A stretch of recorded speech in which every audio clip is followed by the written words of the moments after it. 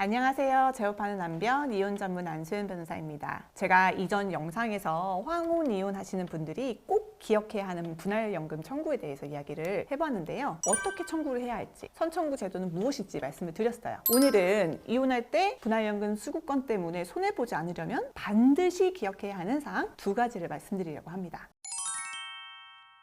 우리가 기억해야 할 사항 첫 번째는 분할연금은 협의이혼, 조정이혼, 재판이혼 어떤 방식으로 이혼하든지 간에 이혼할 시 명시적으로 국민연금을 나눈다는 이야기를 하지 않았더라도 당연히 재산분할 대상이 된다는 겁니다. 조정을 하거나 재판을 하면서 국민연금을 재산분할 대상으로 한다는 이야기가 없었어요. 그런 경우에 국민연금은 재산분할에 안 들어간다라고 생각하셔서 분할연금 지급 신청을 안 하고 계셨다가 뒤늦게 신청 가능하다는 사실을 알고 부랴부랴 분할연금 청구하시는 분들이 상당히 있으시거든요. 자, 제가 간단하게 정리해 드릴게요. 배우자랑 이혼하면서 국민연금에 대해서 따로 말하지 않았어도 분할연금 신청 가능합니다. 단, 국민연금에 대한 분할 청구를 할 수 없는 경우가 있는데요. 바로 분할연금 수급권을 포기한다는 합의를 명시적으로 한 경우예요. 예전에 이런 일이 있었어요. 한 남성이 결혼을 하고 20년 정도 살다가 부부 사이가 소원해진 거죠. 그래서 이혼 소송을 했는데 그 이혼 소송 중에 조정기일이 잡힌 거예요. 그래서 조정기일에서 서로 이혼하고 재산분할로 남편이 아파트 소유권을 이전받아서 아파트를 가지고 오는 걸로 합의를 한 겁니다. 그러면서 남편이 아내에게는 아파트 대금의 절반 이상을 주기로 합의가 됐어요. 그래서 조정조서를 작성하게 됐는데 작성된 조정조서에 남편과 아내는 해당 조정조서에 정한 거 외에는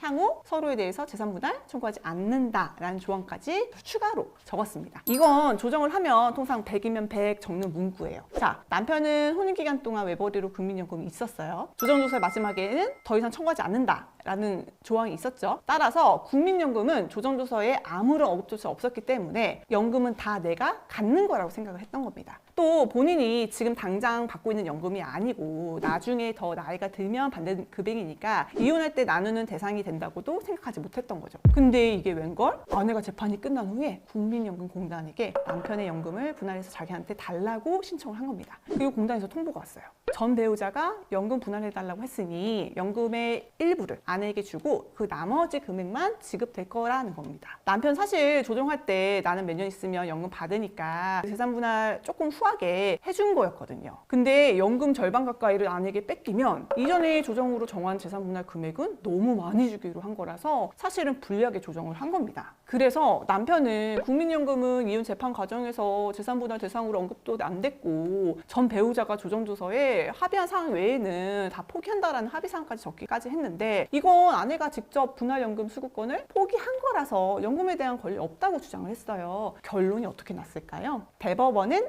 아내 편을 들었습니다. 조정조서에 적힌 거 이외에 재산분할을 청구하지 않는다는 내용의 조정조서가 작성되었다고 하더라도 배우자가 분할연금 수급권을 포기하거나 자신에게 불리한 분할 비율을 인정하는 것에 동의한 것으로 볼 수 없다고 해서 아내의 분할연금 수급권을 인정한 겁니다. 이 판결 이후로 이혼 조정할 때 반드시 연금 수급권을 포기한다는 조항을 추가로 넣게 되었어요. 제가 지난주에 조정이혼한 사건에서도 재산분할을 2억을 주냐 2억 5천만 원을 주냐 하는 문제로 실랑이가 좀 있었는데요. 결국 재산분할로 지급하는 금액을 조금 더 주는 대신에 배우자의 연금에 대한 분할 청구를 포기하는 것으로 합의가 진행되었거든요. 이런 사례에서처럼 실제로 이혼 전문 변호사들이 보통 조정을 할 때 재산분할 액수가 차이 나는 경우에 분할연금 수급권을 포기하겠다면서 약간 합의를 이끌어내기도 합니다. 결론적으로 내가 연금을 받는 입장이라면 이혼할 때 상대방이 분할연금 수급권을 포기하게 만드는 게 유리하게 될 거고요. 그 반대로 배우자가 연금을 받는 경우에는 연금 수급권을 포기할 테니 내가 지금 받을 재산분할을 조금 더 줘라라는 식으로 이야기를 할 수가 있겠죠.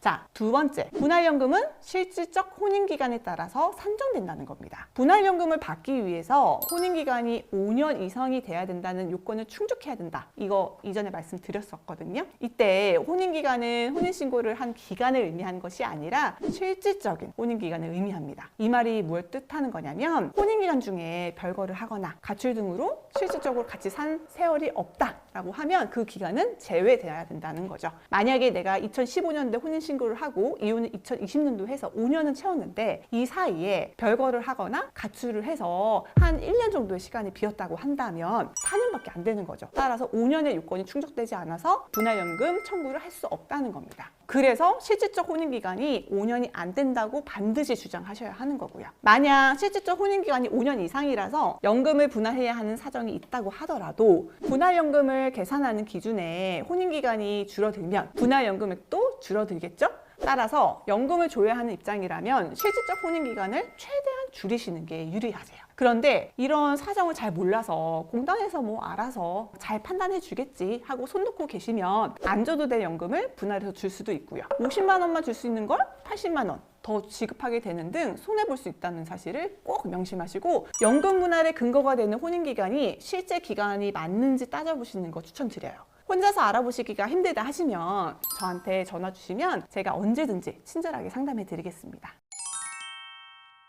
오늘은 황혼 이혼할 때 챙겨야 할 재산 중 하나인 연금, 손해보지 않는 방법에 대해서 이야기해봤는데요. 오늘 영상이 유익하셨다면 좋아요와 구독 부탁드릴게요. 다음에도 더 도움되는 주제로 찾아뵙겠습니다. 끝까지 시청해주셔서 감사합니다.